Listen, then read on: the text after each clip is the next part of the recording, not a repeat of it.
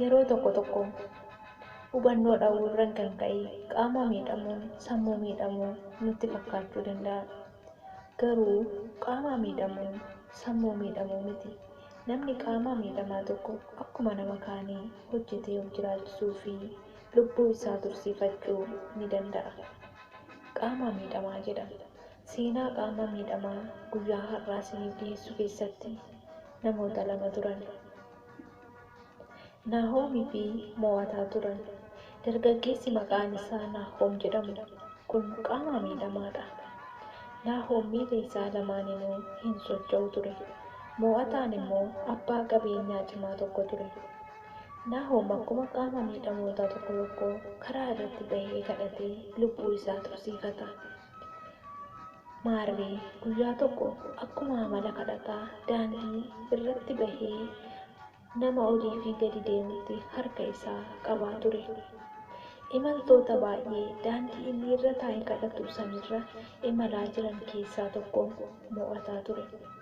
Naahoomis Mo'ataa arginaan harka isaa itti qabe. Mo'ataan garuu osoo arguu akka waan hin arginetti bira tare. Ija guutuudhaan isa ilaaluuf fedhii hin qabu ture. Naahoomis baay'ee gaddee harka itti qabaa tures boo'aa gadi deeffate. Achuma taa'ee yaadaan guutame gaaffii of gaafachuu jalqabe. Ani eenyu? Maaliifan as ta'a? Maaliifan kadhadhaa jedhee gaaffii of gaafate. Naahoom erga kana jedhee of gaafatee booda qaama miidhamuun sammuu miidhamuu akka hin taane of amansiise. Qaama miidhamaan tokko akkuma nama kaanii hojjetee of jiraachisuu akka danda'u of amansiise. Kadhattummaarraa gara hojjetaatti yaada isaa jijjiire. Kana hundaa kana milee itti hore ilaalcha Mo'ataan isaaf qabu sana ture. Mo'ataan qabeenyaan baay'ee boonu. Kanarra dhabe boru ni argata laata jedhee hin tilmaamu. Kanarra fayyaa akka tasaa ta'ee boru dhukkubsachuu danda'a jedhees tilmaama keessa tasuma galchuu hin yaalu. Naahoom yeroo kanatti yaada kadhataa gara hojjetaatti jijjiirratee jira. Har'a boru osoo hin jedhin waan isaaf mijatu hojjechuu eegale. Naahoom miila lamaaniin socho'uu baatus sammuun isaa guutuudha. Harki isaa lamaanis ni hojjeta. Inni oolee osoo hin buliin hojii kophee qulqulleessuu jalqabe. Akkuma nama kaanii hojjetee of jiraachisuu akka danda'u of amansiise. Innis hojii kophee qulqulleessuu erga jalqabee boqonnaa argate. Hojiin xiqqaatus baay'atus dhala namaatiif boqonnaa sammuuti. Hojii isaa dhaabbataa godhatee haalaan hojjechuu itti fufe. Namoonni baay'eenis kaleessa yeroo inni kadhatu beekan, har'a garuu yeroo inni akkuma nama kaanii hojii mataa isaa irratti bobba'ee argan baay'ee itti gammadu. Namoonni hedduminaan isa biratti kophee isaanii qulqulleeffatu. Baay'ee ajaa'ibsiifatu. Namoonni baay'een osoo fayyaa guutuu qabanuu kun harka namaa eeggatu, kuuwwanis ni hatu. Inni garuu namoota akkasiifis fakkeenya guddaa ta'eefii jira. Namoonni baay'een isa duraan beekanii fi kan amma isa argan hundi isaanii baay'ee ajaa'ibsiifatu.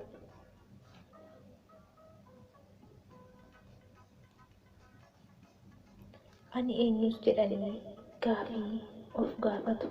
Namoonni baay'eenis isa fakkeenya godhachuun kan jijjiiraman ni jiru. Ajaa'iba! Mo'ataan guyyaa tokko akkuma yeroo kaanii daandii irra osoo imalaa jiruu Naahoom kaleessa kadhataa ture san har'a hojjetaa ta'ee yeroo argu amanuu hin dandeenye. Eeyyee Naahoom bakka kaleessaa hin jiru, jijjiiramee nama biraafuu fakkeenya ta'uu eegaleera. Mo'ataan ofitti gaddaa, Naahoom immoo ajaa'ibsiifachaa deemsa isaa itti fufe. Mo'ataan kan kaleessa hiyyeessa ture har'a waan argatu ittiin fakkaatu ture. Garuu kaleessi har'a miti, har'is kaleessa hin ta'u.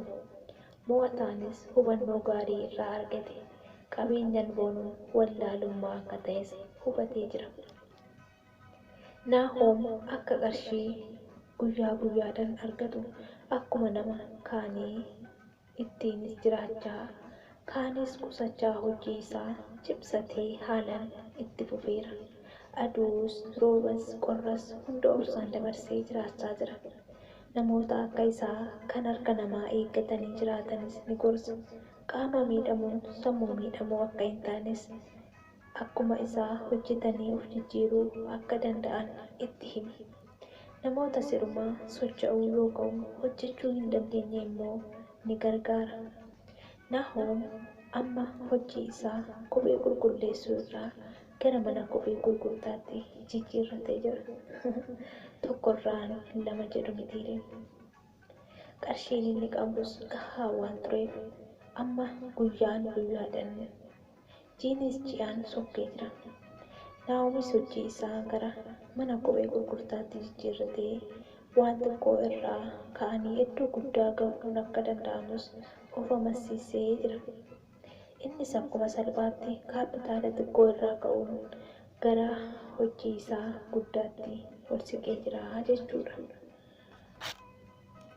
Naahoomis hojii isaa mana kophee haalaan itti fufeera. Amma ofirra daree nama biraaf hojii uumuu jalqabee jira.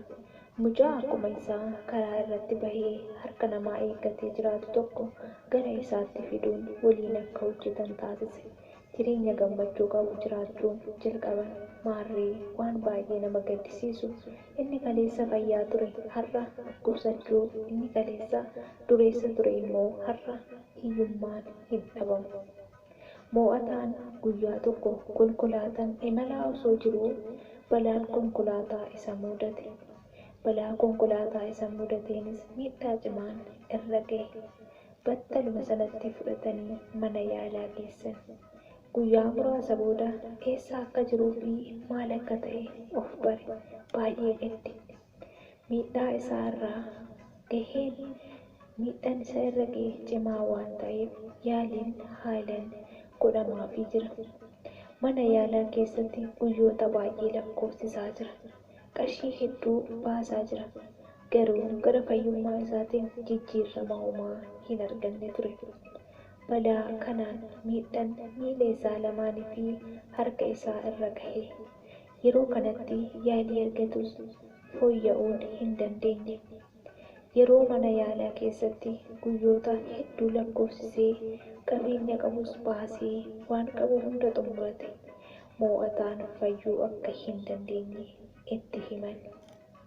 Miidhaa cimaa irra gaheen miilli isaa lamaanii fi harki isaa tokko sochii malee hafe yookiin faayidaan ala ta'ee jechuudha.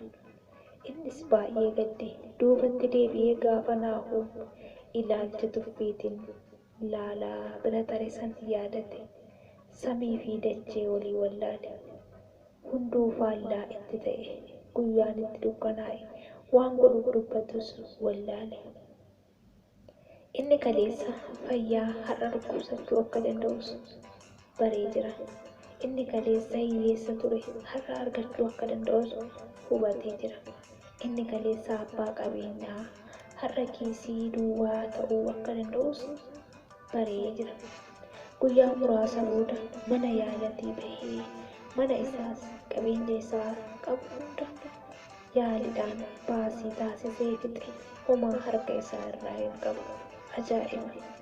Amma filannoo biraa waan hin qabneef akkuma mo'ataa kaleessaa, akkuma Naahoom kaleessaa karaa irratti bahee kadhatee lubbuu isaa tursiifachuun filannoo isaa godhate.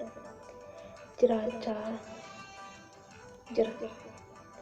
Wanni inni ittiin jiraatu eegalu fiduu hin danda'u waan ta'eef kadhatee lubbuu isaa tursiifachuun filannoo isaa godhate. Ajaa'iba! Wanti hunduu dabaree isaa eeggatee isarra gahee jira jechuudha. Namoonni baay'een yeroo inni harka itti qabee kadhatus baay'ee ajaa'ibsiifatu. Yeroo inni karaa irra taa'ee harka itti qabus namoonni baay'een warri kaleessa abbaa qabeenyaa cimaa ta'uu isaatiin beekus baay'ee gaddu. Kuuwwanis akkuma inni kaleessa mo'ataa tuffatee bira darbe sana yeroo inni harka itti qabu tuffatanii bira darbu.